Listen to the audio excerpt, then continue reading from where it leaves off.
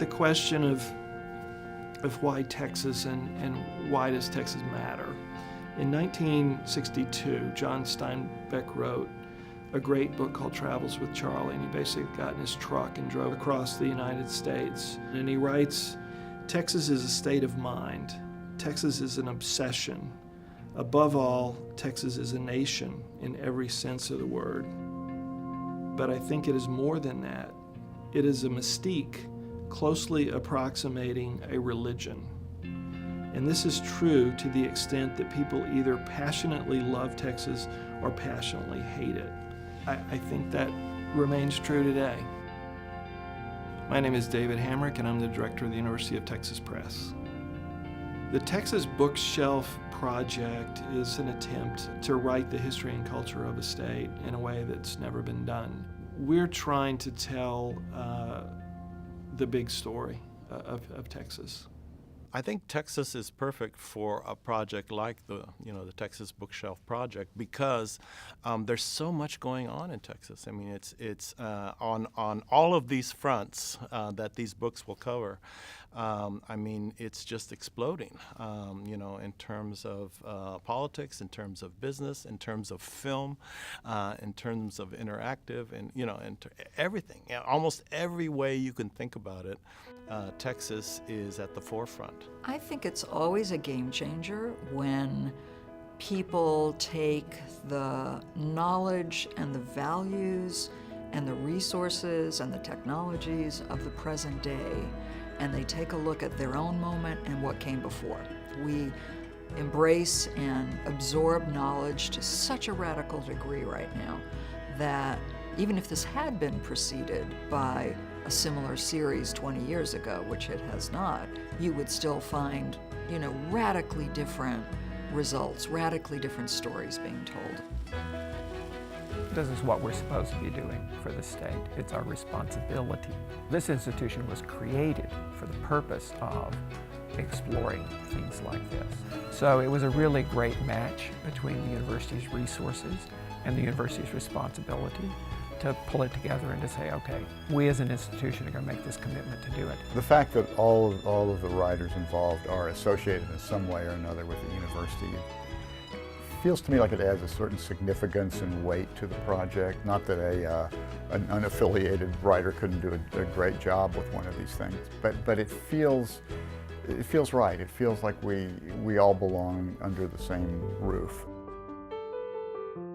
Last Academy Awards, we had 2 young Texans nominated for Best Director for 2, films made by Texans. I'd like to do something, I think, a little bit more contemporary, try to cover the last 25 or so years of Texas film history. Lonesome Dove, as I say, to Boyhood, Bill Whitliff to Richard Linklater, Robert Rodriguez. People want to know, how did we get to be, one of the great centers of filmmaking, and that's the story I want to tell.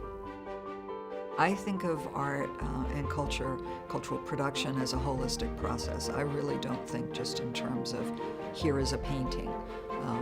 Let me tell its story in terms of its formal qualities and the histories artistically to which it connects. I think at the heart of my book you'll see, stories of artists, stories of patrons, incredible works of art, treasure houses that hold them, institutions that foster them. Just recently, I've been researching places where occasions happen. I don't know, at the simplest level, it's kind of a really big party. I think Texans love a big occasion. And so I started looking at Friday Night Lights, the football stadium in a small town. And that's just a huge scene for an occasion. And we even talk about high school football as Friday Night Lights. It's that place. And then all the way to like the Astrodome, which is this amazing place for occasions. So how has architecture played a role in Texans having this sense of occasion and making a place for a big hoopla to happen?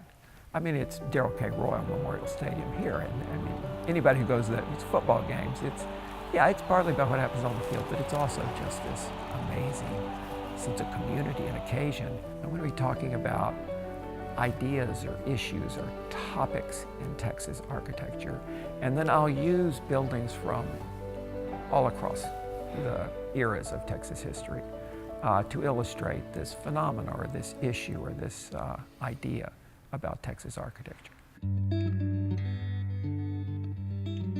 Most of the general Texas histories tend to run out of gas, I think, because there's so much ground to cover. And one of the priorities I've had, and Dave and I talked about with this book, is it has to take the 20th and 21st century to make it as exciting as the 19th and 18th centuries of Texas histories, and all that entails in terms of the stories that are going on today or were in the recent past.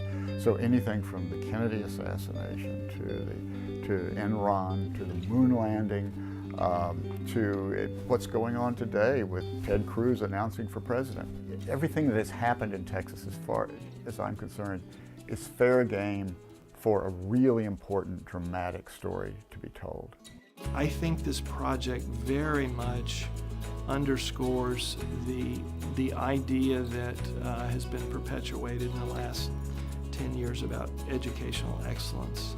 And I think there's a little bit of that, what starts here, what starts with this project can change the world. So in that way, I think it parallels what the university is all about. I'm just thinking I need to just concentrate on telling a story. That's what I love about books the most, when they're just telling a story. And we got a lot of good stories to tell.